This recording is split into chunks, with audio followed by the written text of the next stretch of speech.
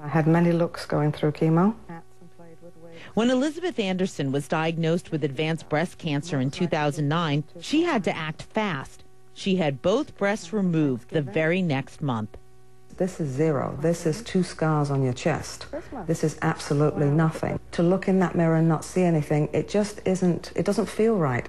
Anderson, who was 46 when she was diagnosed, says it's time to get her girls back. My goal is to reconstruct myself, to be whole again, to be a whole woman again. She's leaving her home in Florida and heading to a surgeon in New Orleans for a new type of surgery she found out about on her own. Dr. Frank Delacroix will take fat from Anderson's hips and form it into breasts. It's a procedure that's particularly helpful to her because she had radiation and therefore can't get implants. You don't need your breasts.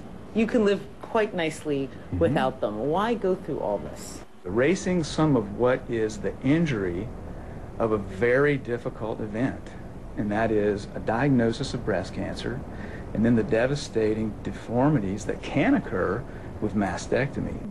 How do you feel? I met up with Anderson the next day. For the first time in a year and a half, she has breasts. All right, so you haven't seen them yet? Haven't seen them yet, no. You feel ready to see them? I am ready, yes. Okay. I'm excited, yes. Well, let's go ahead. Wow. It's amazing. What's really amazing is that Anderson got this surgery at all. Her cancer doctor never told her about it. And that's actually pretty common.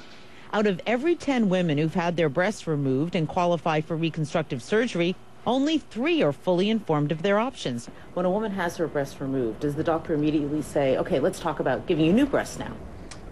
Well, unfortunately, what we found is often not. Anderson had to do her own research in her quest for breasts. Got your cancer. That's my first thought. You took it from me, got them back.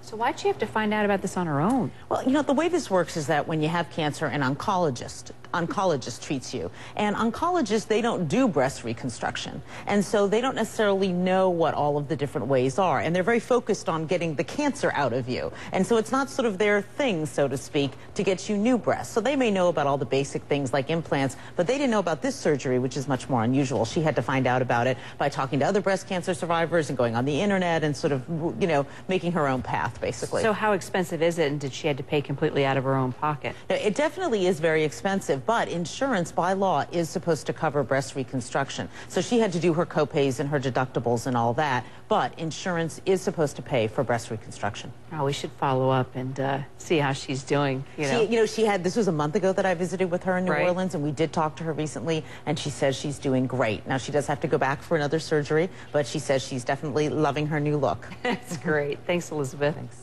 Well, we're following a lot of developments in the next hour of CNN Newsroom. Let's go ahead and check in first with Allison Cossack in New York. Allison?